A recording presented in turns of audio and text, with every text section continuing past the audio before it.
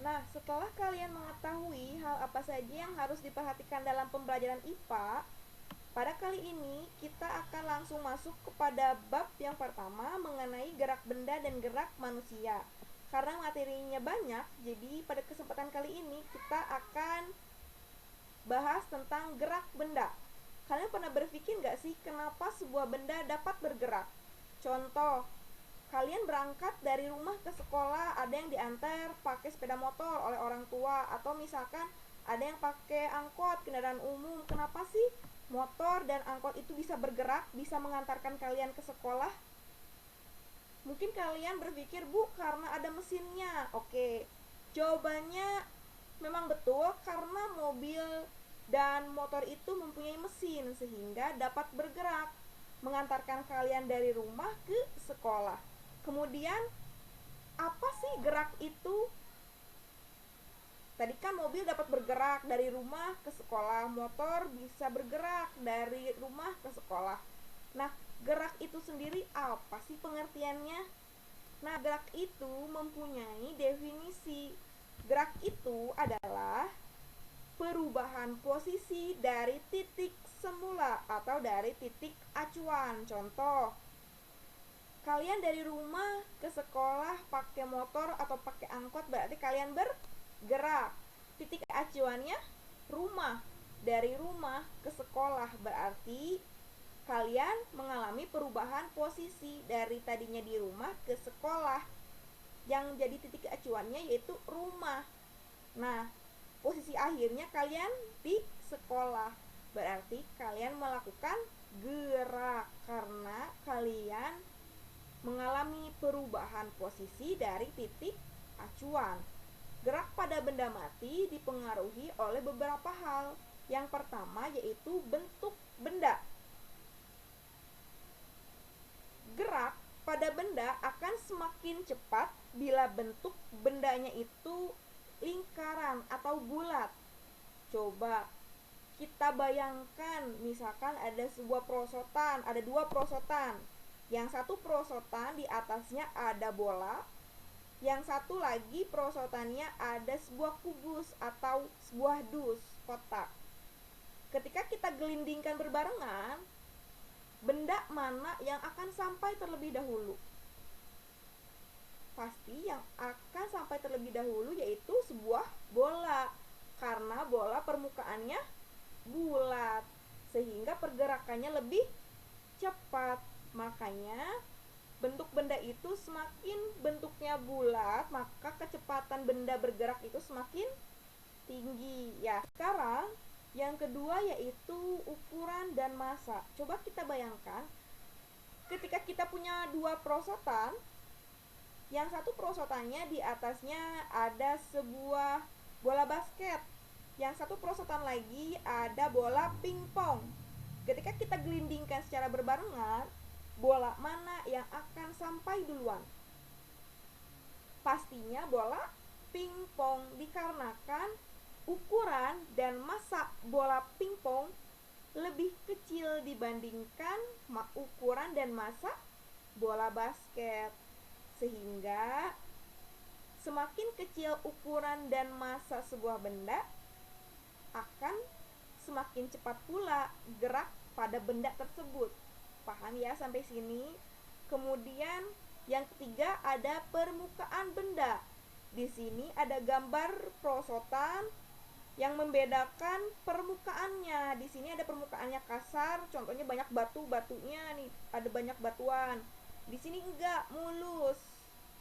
Di aspal ini mah dicor si bahan perosotannya. Disimpan balok yang sama. Di sini kita ada balok A dan balok B.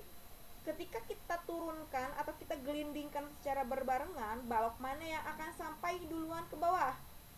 Pastinya balok B. Kenapa? Karena permukaannya halus sehingga tidak ada hambatan.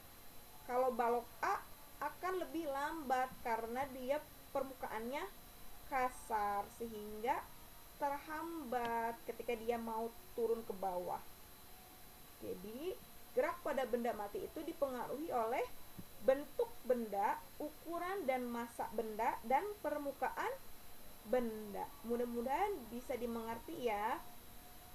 Nah, untuk macam-macam gerak sendiri, kalian bisa baca pada modul yang telah kalian miliki. Di sana sudah dijelaskan apa yang dimaksud gerak semu atau relatif, gerak ganda, gerak parabola, gerak melingkar, dan gerak lurus. Hanya saja saya akan membahas yang memang harus kalian lebih pahami lagi. Karena kalau pengertian kalian bisa baca, tetapi di sini saya akan menjelaskan sedikit tentang gerak lurus karena ada dua bagian. Ada gerak lurus beraturan atau yang disingkat GLB, ada yang gerak lurus berubah beraturan atau disingkat GLBB. Apa itu bedanya? Contoh, kalau kalian pengguna sepeda motor, di sana kan terdapat speedometer ya. Terdapat speedometer itu untuk mengukur kecepatan. Kalau kecepatannya kalian konstan, misalkan kalian 20 km misalkan. Nah, ketika kalian dari rumah ke sekolah menggunakan kecepatan 20 km secara tetap terus-menerus 20 aja, itu termasuk GLB, gerak lurus beraturan. Kalau seandainya kalian dari rumah ke sekolah speedometernya berubah dari 20 ke 40 kemudian ke 60, nah itu tandanya gerak lurus berubah beraturan. GLBB ini dibagi dua, ada GLBB dipercepat dan ada GLBB yang diperlambat. Kalau dipercepat misalkan dari kecepatan 20 ke 40, 60, 120 itu kan naik ya, berarti itu kecepatannya dipercepat, GLBB dipercepat. Kalau seandainya kalian dari 120 turun ke 60, ke 40, ke 20, berarti itu GLBB diperlambat karena kecepatannya diturunkan sehingga GLBB-nya pun diperlambat. Di sini juga ada rumus dari GLB. Rumus dari GLB ini yang paling utama kalian harus hafal atau paham mengenai penggunaan rumus ini. V sama dengan S per T. Per itu artinya dibagi, jadi ini S dibagi T. S sama dengan V dikali T, dan yang terakhir ada T sama dengan S dibagi V. Keterangannya, V ini untuk kecepatan. Jadi V ini adalah simbol untuk kecepatan. Satuannya meter per second. Kemudian S ini merupakan simbol dari jarak. Satuannya yaitu meter. Kalau T simbol dari waktu. Satuannya second atau detik. Nah, kita langsung coba contoh soal gerak lurus beraturan. Sebuah mobil bergerak dengan kecepatan tetap 80 meter per second. Berapakah jarak yang ditempuh mobil selama 8 detik? Dibiasakan jika kalian menjawab sebuah soal hitungan, yang pertama kalian harus lakukan, kalian harus tahu apanya dulu yang diketahui dan apanya yang ditanyakan. Contoh di sini langsung jawaban. Diketahui. V-nya ada nggak? Ingat, V itu simbol dari kecepatan. Di sini ada nggak kecepatan? Di sini ada.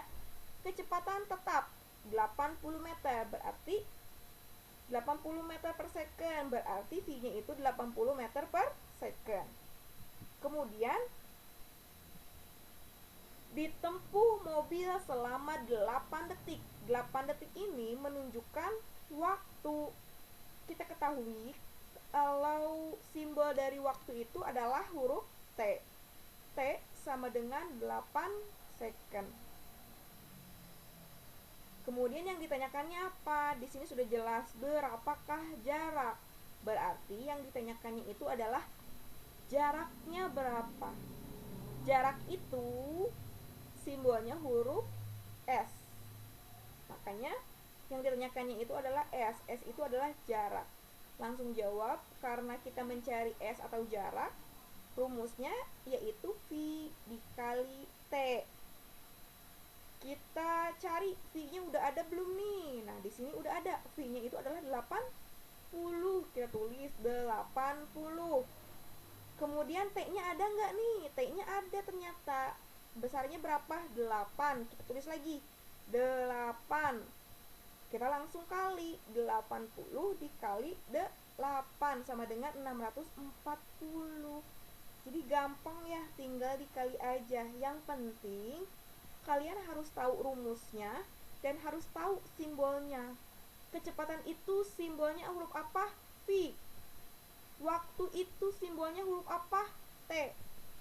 Jarak itu simbolnya apa? S.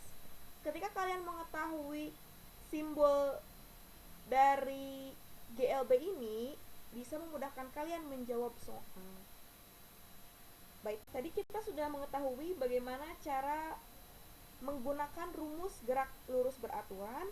Di sini kita akan belajar menggunakan rumus gerak lurus berubah beraturan. Di sini ada rumusnya. A itu adalah percepatan. Sama dengan delta V dibagi T. Masih ingat T itu apa? Simbol dari apa? Dari waktu. V itu simbol dari apa? Kecepatan. Bu, apa sih Bu artinya ini ada delta gitu, ada segitiganya? Oke. Di sini ada keterangannya bahwa A itu adalah percepatan, satuannya meter per second kuadrat. Delta V itu adalah hasil pengurangan dari kecepatan akhir dikurangi kecepatan awal. Oke ya. Kalau bingung, pokoknya yang angkanya besar dikurangi angkanya yang kecil gitu. V2 dikurangi V1. Kecepatan akhir dikurangi kecepatan awal. Kita langsung saja contoh soal gerak lurus berubah beraturan. Sebuah benda kecepatannya mula-mula 40 meter per second. Setelah 10 detik, kecepatannya menjadi 200 meter per second. Pertanyaannya, berapakah percepatannya? Seperti biasa, sebelum kita menjawab, kita harus tahu dulu apanya yang diketahui dan apanya yang ditanyakan. Kita lihat di sini, sebuah benda kecepatannya mula-mula 40 meter per second. Berarti kecepatan awalnya itu adalah 40 meter per second.